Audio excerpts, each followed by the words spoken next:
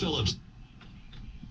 All right, Jeff Groby is here, lead engineer at SumnerOne. Jeff, welcome back to the show. Thank you very much. All right, so I have to ask you a question, and we talked about this on the show earlier today. I have so much junk email, and most of my email I'll check on my phone, right? Right. So I got to the point the other day where I am so sick and tired of seeing the same junk come up all the time, and I never do business with these guys. I don't know how I got on their list. I started to unsubscribe. Okay. Okay. And I was told today that's really not a good idea.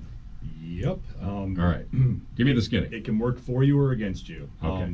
The good guys actually unsubscribe you and leave you alone. Legitimate businesses. Exactly. The bad guys, as soon as you hit the unsubscribe button, they know you're a live person and there's somebody on the other end listening and watching and reading. Right. So and then they'll usually take that information and then spread it out across multiple email. You'll get even more mail from Those those. rotten.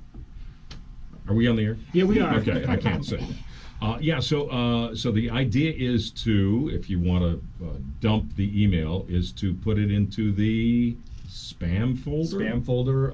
Some of the email companies like Gmail allow you to use different email addresses. You can add a period in between words or something. So if you sign up for specific sites, make it like jeff.groby@gmail.com for one site, and then jeffgr.oby for another one, and then you know where it those are came coming from. Exactly, and then you can identify if it gets bad, because if somebody starts using that email address that you didn't sign up for, you know that person that you signed up with sold your information to somebody else. So. Yeah, see, I'm having that problem because I do have a dot Yep. in between my first and last on one of the email addresses I use, and I keep getting without the dot. Yep, exactly. You got a lot of dots. I do. Where do they lead? I don't know. All right, so, and that kind of leads us into the discussion for today, which is SMiShing. SMiShing, yes. SMiShing is basically phishing attack done via text messaging. All right, so give us the definition of phishing.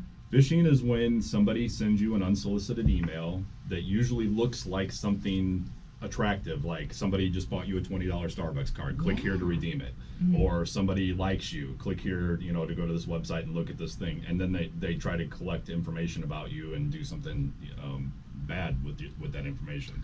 By the way, on phishing, if you do click on it, that doesn't necessarily mean they've got all your information. Right. You have to go beyond that and start filling out Exactly. stuff. Generally speaking, phishing attack will lure you into putting some of your credentials or information out there. So they'll present you with a website that looks almost identical to a banking site or some other site like that. And then you put something in, and now you're in trouble. Okay.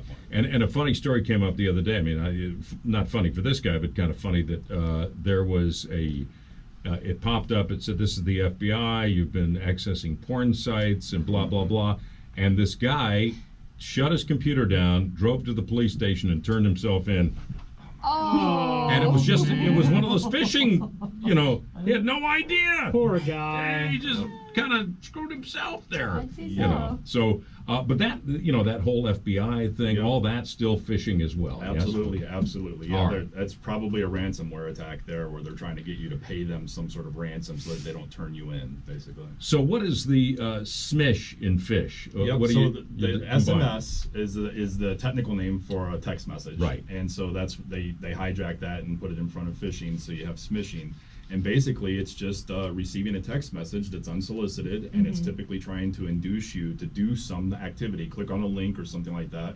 And just like on the email version, it's going to present something to you where you might type in your username and password or something like that, or go to a website that will do something, download a JavaScript, do something negative at that point. Yeah, mine is like how to hit the golf ball 50 yards farther. I go in immediately and put in money, and here's my bank account. Do you normally type like that? Yes, it's crazy typing.